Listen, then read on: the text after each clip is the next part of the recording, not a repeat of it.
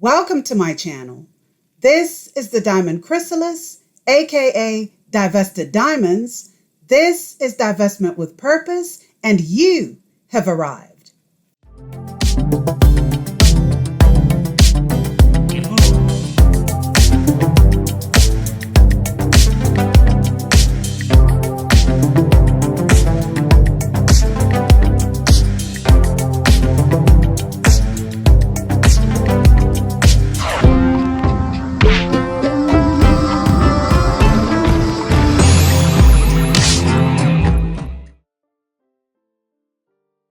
Greetings and salutations, ladies. Thank you so much for joining me. Thanks for being here today. Please do me a favor and click the like button as you watch this video. Thank you kindly. So today's premiere is about a woman named Lakeisha Allen, 44, from Michigan, who shared her story of incest and pedophilia within her own family. Now, it would be an understatement to say that this woman was shattered when she found out that the man she knew to be her grandfather was also her biological father, who had raped his own daughter and gotten her pregnant. Lakeisha, like most little girls in the so-called community, had experienced a horrific childhood that saw her routinely abused by her mother, who she later learned was also her sister. In an eye-opening, gut-wrenching interview, Lakeisha has opened up about the devastating abuse she'd received at the hands of her own mother, which left her bleeding, bruised, and emotionally scarred. She later recounts how she too was essayed by her own mother's boyfriend's son. The darkness she faced throughout her childhood started long before she was born, as she was conceived when her mother was raped by her own father at the tender age of 13. Lakeisha, who is now a motivational speaker and uses her story to try and help others, spoke out about the struggles she had to overcome during an interview with Unfiltered Stories. She explained that her mother met her biological father for the first time at the age of 13 after she was sent to stay with him for the summer. She had no idea her father was a pedophile, she said.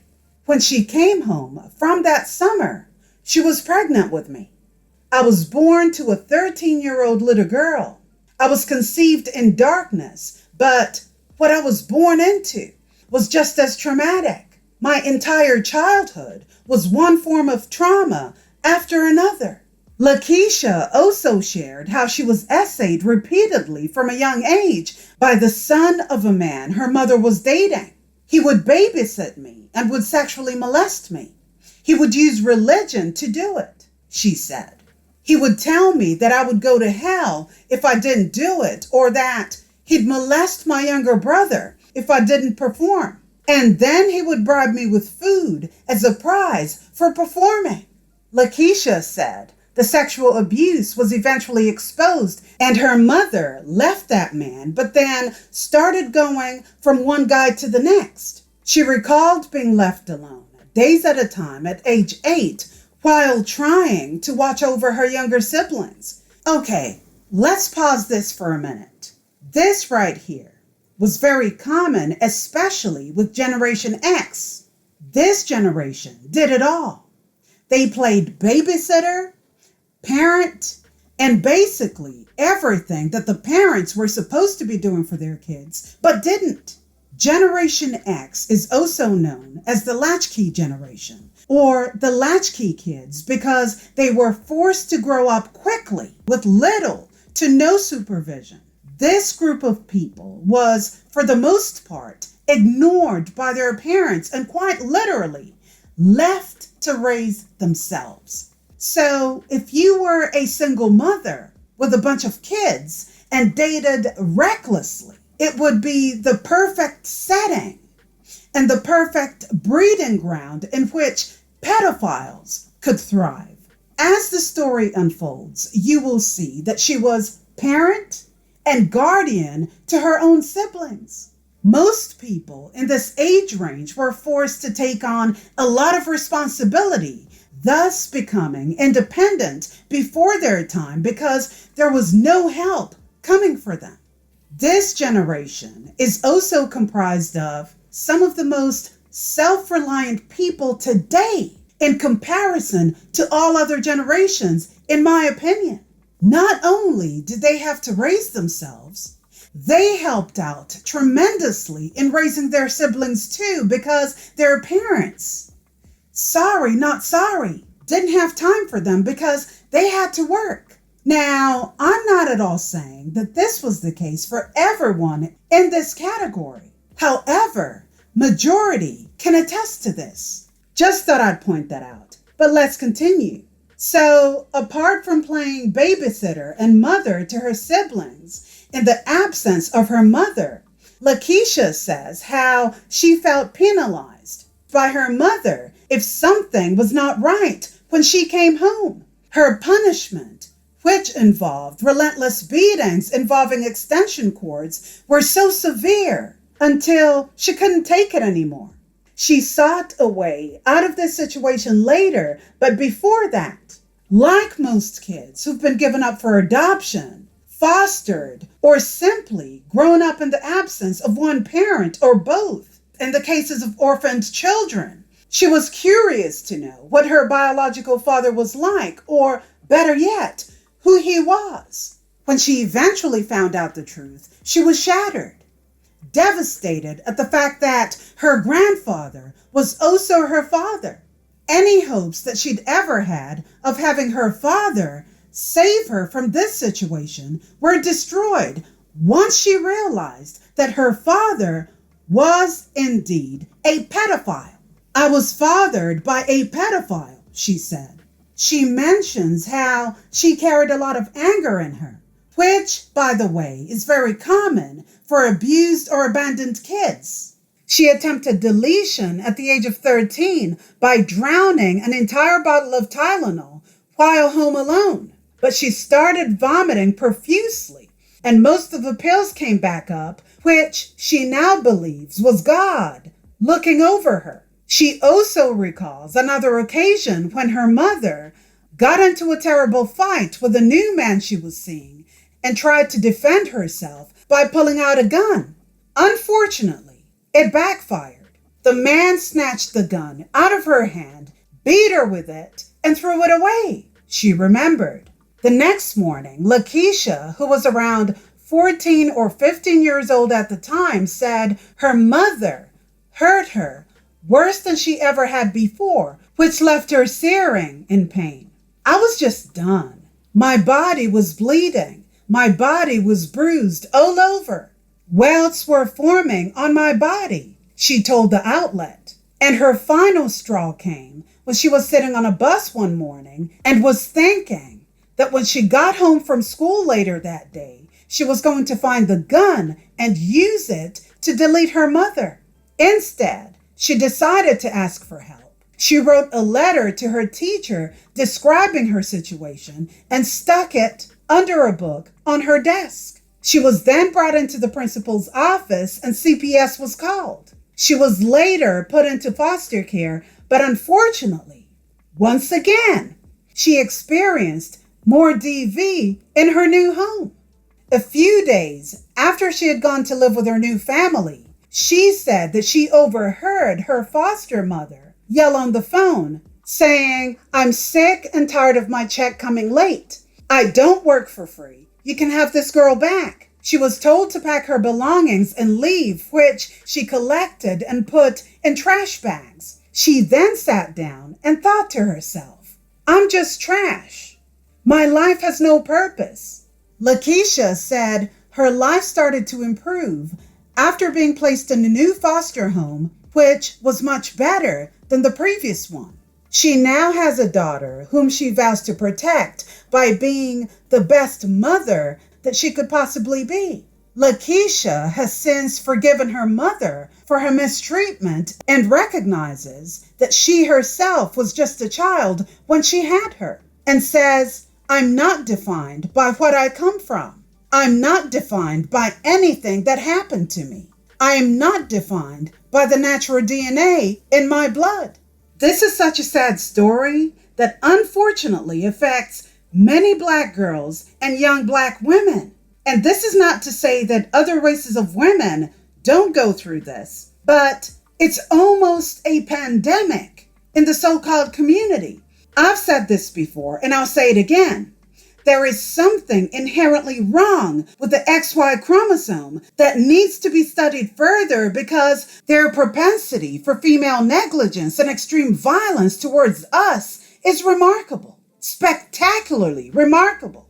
It's almost as though something is missing, not working, or completely inexistent. Those who are able to control it do it to the best of their abilities and do a great job at hiding it. It doesn't mean it's not there. The ones who let loose and act on their egregiousness showcase the extent to which some are willing to go in the absence of true human emotion. The lack of respect and boundaries when it comes to the female form is entirely jarring. Her mother's father, and apparently her father and grandfather, deserved a slow, painful deletion while being incinerated at increasing interval temperatures. Yes, I took it there. I couldn't imagine the pain that Lakeisha's mother had to endure while being essayed by her own father at such an early age. And you see, this is where parents, mothers especially, need to be very careful sending their children to men that they barely know. Just because you had a moment with a man and had a child with him does not make him safe. And it doesn't necessarily mean that his presence will be beneficial to that child's life just because he's her father. The fact that Lakeisha's mother was sent for the summer to meet her father for the first time was extremely neglectful, in my opinion. Her dad, the person who was supposed to protect and take care of her, turned out to be a demon in disguise. These motherfuckers are so emotionally inept that they think and feel that they can have children for their own consumption, for their own deviant sexual pleasure. It's disgusting. And males like him who engage in pedophilia could bless us all by taking the lethal injection. I just don't see the benefit of having such individuals in society, because all they do is destroy children's lives. Being essayed at any age, but especially as a child, leaves a permanent tattoo of bad memories and alters how you view life for the rest of your life. They don't care that these children have to grow up at some point, and that all that trauma has to manifest itself somehow, especially when left untreated, as was the case with Lakeisha's mother. All that anger and abuse that she inflicted on her own daughter was as a result of her own self-hatred and incestuous trauma inflicted upon her by her father. When she didn't get the help she needed, she then took out that anger, hatred, pain, and frustration out on her daughter. And of course, I have to wonder why that pregnancy was allowed to continue in the first place, given the gravity and nature of the situation. And please don't get me wrong. I'm not at all saying that Lakeisha doesn't have the right to exist. This right here shouldn't even be up for debate, if you know what I mean. I'm just curious as to what really happened. Now, I'm sure that at some point, Lakeisha herself has probably asked this question too. I don't mean to sound insensitive, because this is a very sensitive, very touchy topic that needs to be approached with some level of delicateness. But the question still stands. Anyway, this woman has been through it. The unfortunate thing about life is we can't choose how we get here or who our parents are. You have a child, raising a child, and nothing good could ever come out of that. There will always be existing trauma on both sides. Lakeisha's situation is also another one that happens all too often. Single mothers who can't be bothered to be parents with a revolving door of random men due to unresolved trauma, using their children as punching bags for the help they didn't get.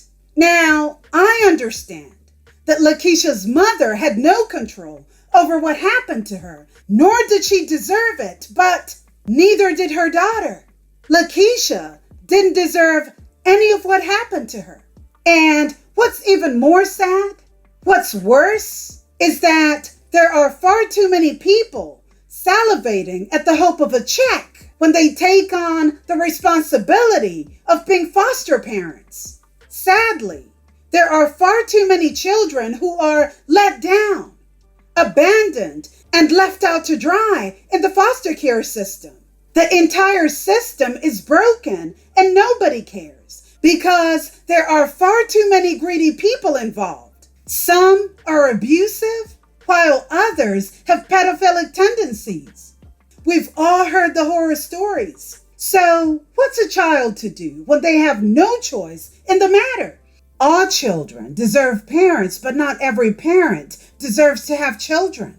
These kids have a right to a happy, stable, and safe childhood as well.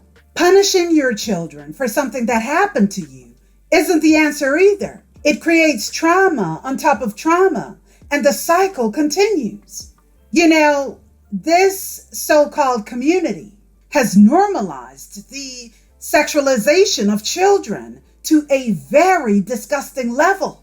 There are plenty of situations where these kids aren't believed, even when they speak up. The main concern is usually aligned with protecting the abusers, the perpetrators at the expense of the victim's emotional well-being. The shaming tactics and silencing of children is so unreal. The fact that a lot of people in the so-called community, and that includes men and women, blame children for engaging in sexual activity at the coercion of grown adults, grown males, and sometimes women is dumbfounding to me. Calling a child fast because some grown-ass male couldn't keep it in his pants, right? He couldn't keep his eggplant at bay. It's disgusting to me.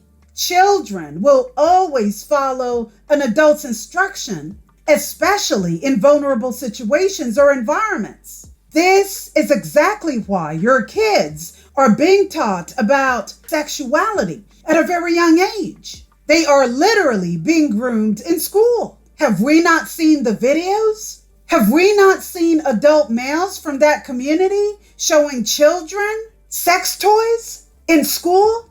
But anyway, back to this so-called community. It's sickening to see grown men sitting on the internet alluding to these so-called relationships as consensual. You cannot have a sexual relationship with a child based on your inability to control yourself. You cannot have a sexual relationship with a child, period. These are children. What is wrong with you? Children cannot consent because they don't possess the mental fortitude to understand the consequences tied to the complexities of sex and sexual activity. So please, stop blaming children for adult problems. It's not okay. Aretha Franklin was pregnant at the age of 12 and gave birth 2 months before her 13th birthday. Aretha never publicly shared the true identity of Clarence's father. Clarence, of course, being Aretha's son. Her brother and manager, Cecil, told David Ritz that the child's father was just a guy that Aretha knew from school. She wasn't all that interested in him, and I don't think that he had any deep interest in her. Pause. Deep to what degree? This is a child we're talking about here. And the structuring of this conversation sounds like this is supposed to be normal when it's not. The sexualization of young girls in the so-called community did not start with R. Kelly. This has been going on for a very long time. And the reason that this has continued is because there's so many excuses and so much protection for the perpetrator.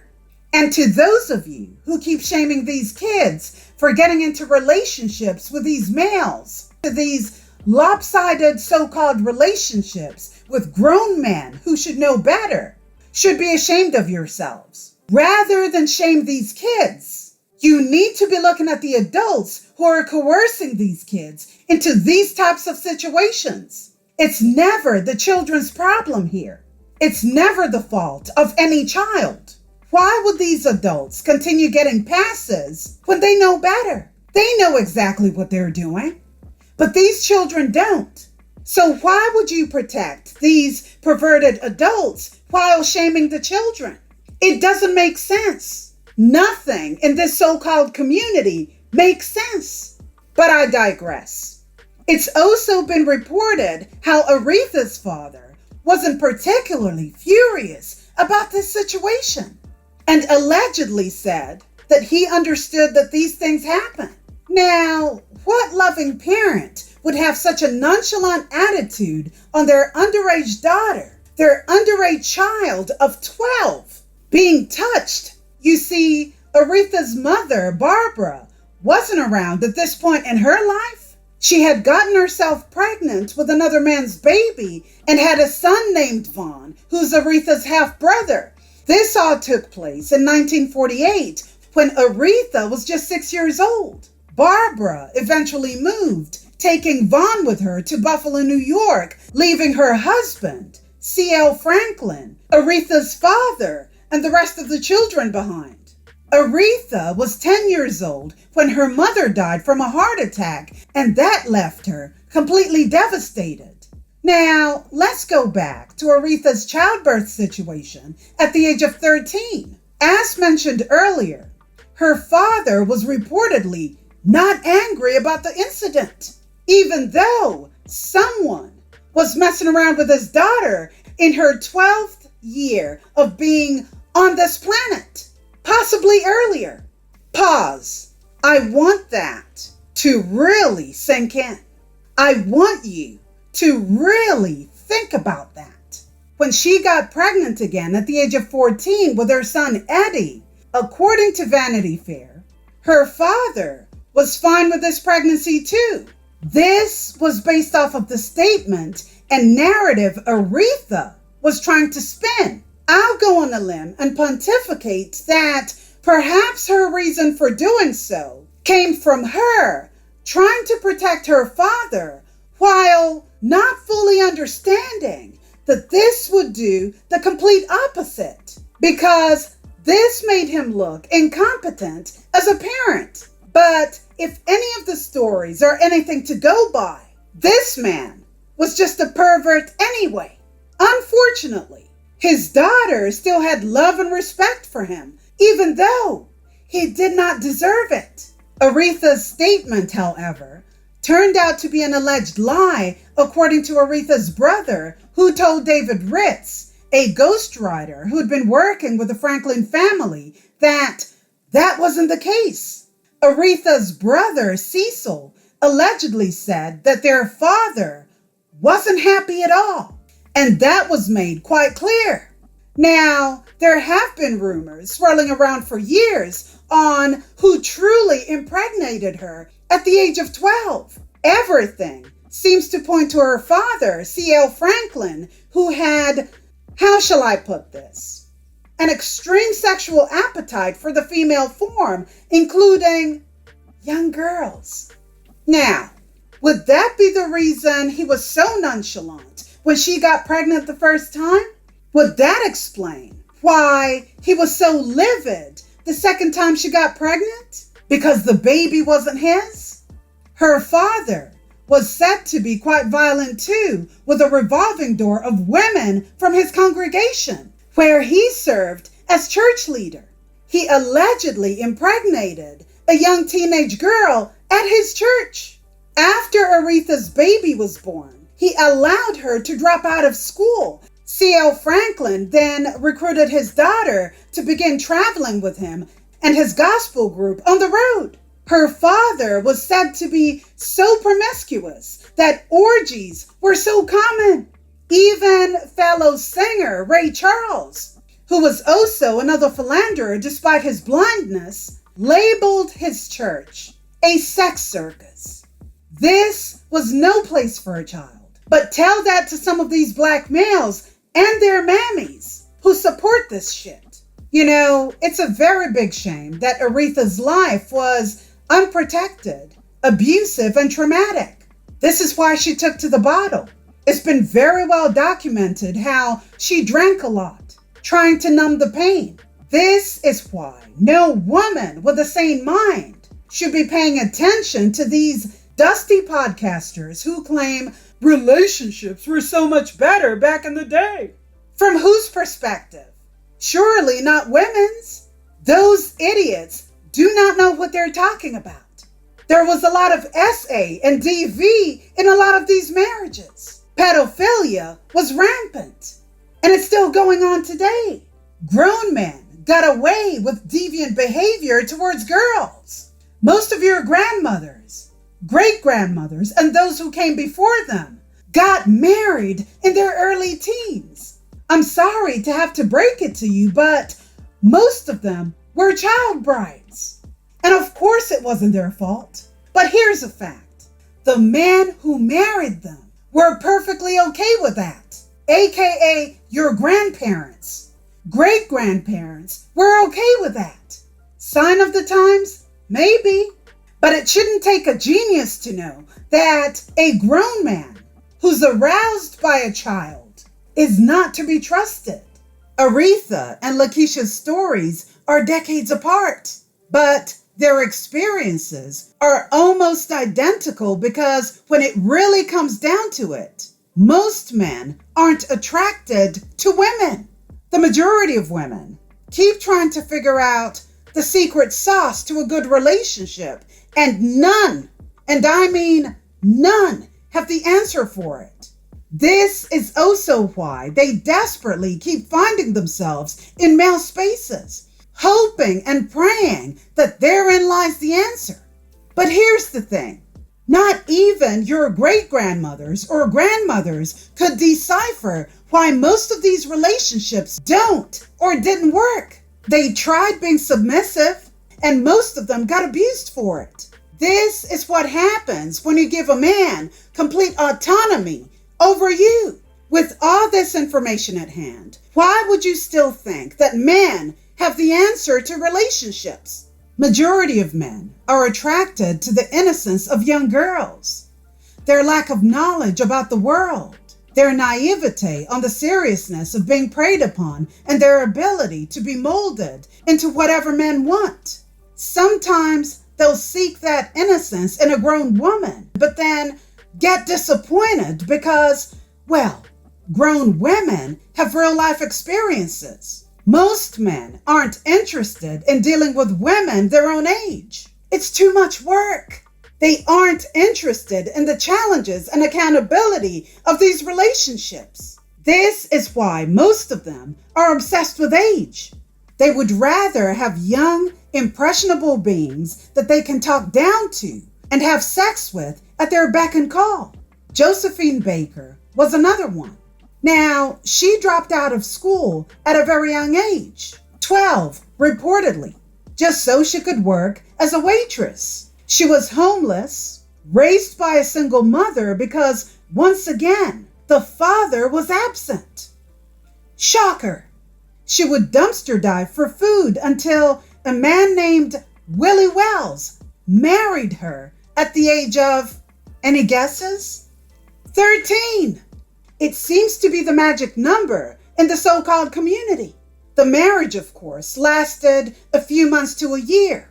She entered her second marriage at the age of 15 to a man named William Howard Baker in 1921, and by 1925, they were divorced. The patriarchal system has always relied upon women not knowing enough about themselves, having low self-esteem, and selling their innocence as girls to grown-ass men. And this has always been done in the exchange for romantic lies. I've talked about this before in depth, where I mentioned how the issue of child brides is alive and well in this country. In some states, the age of consent is negotiable as long as the parents are in agreement. It's always been about control. Even when they talk to you about your own femininity, they have their own spin on it. I'm looking for a woman that's fit, feminine, and friendly. Sup, shorty? You gotta be fit, feminine, and friendly. Really? What do they mean by that? Let me translate what that really means.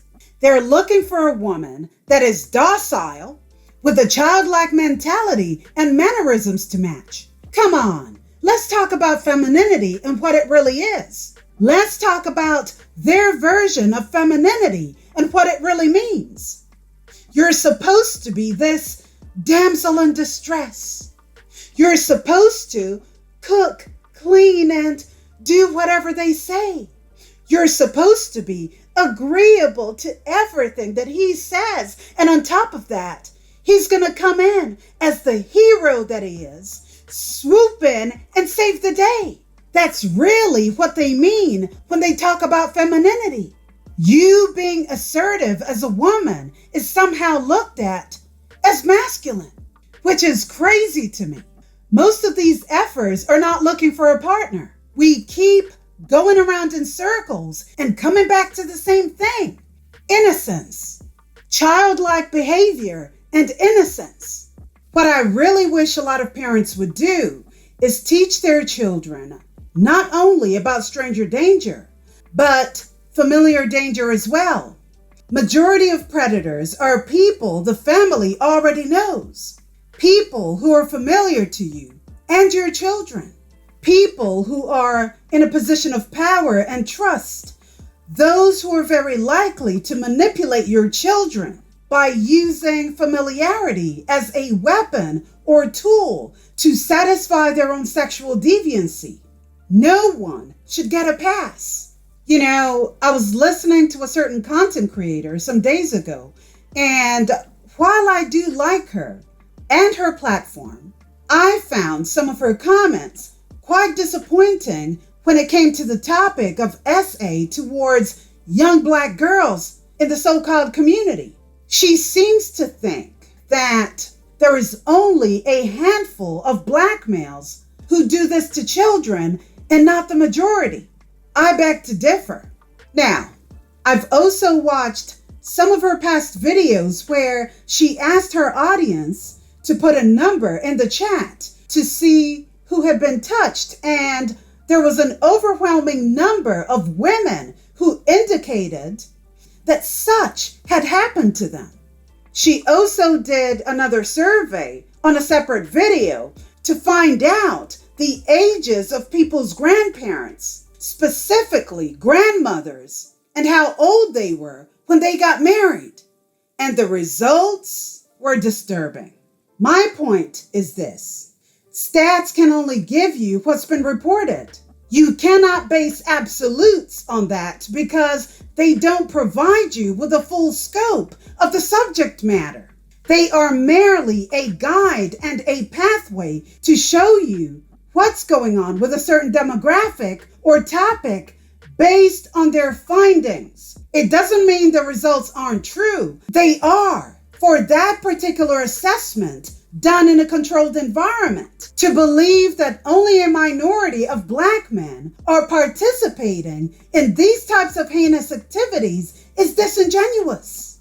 Not only that, it's dangerous and dismissive to victims and survivors. What that does, unfortunately, is further reiterates why certain victims don't come forward when essayed and why the numbers, in my opinion, do not represent the entire gravity of the situation. You cannot continue to cape for and shield the Black male from accountability simply because he looks like you. Right is right and wrong is wrong. The truth must be exposed for what it really is, no matter how ugly it looks. The so-called community gets away with this shit because their main concern is how badly it reflects on Black males. What about the victim? Does the victim's well-being not matter? This is why they hate the color purple so much, saying how it makes black men look bad. These stories don't make them look bad. They merely highlight an ongoing problem that needs to be exposed. That movie was as close to the truth as you could possibly get. Most of us know that. You know, what I really do have is an aversion for men and women, but especially women who protect these males, these morally bankrupt males who think that it's okay to have sex with children. I couldn't care less about those types at all. These are the same women who concoct untrue, unrealistic images for these males in an attempt to make them look good, all the while turning them into victims while further traumatizing actual victims. Now, let me just clear something up very quickly here. I'm not at all saying that this particular content creator believes that this is okay. I don't think she does. However, she seems to possess a certain level of naivete when it comes to certain topics, but more recently, the condemnation of the majority of black males when it comes to holding them accountable for their degeneracy.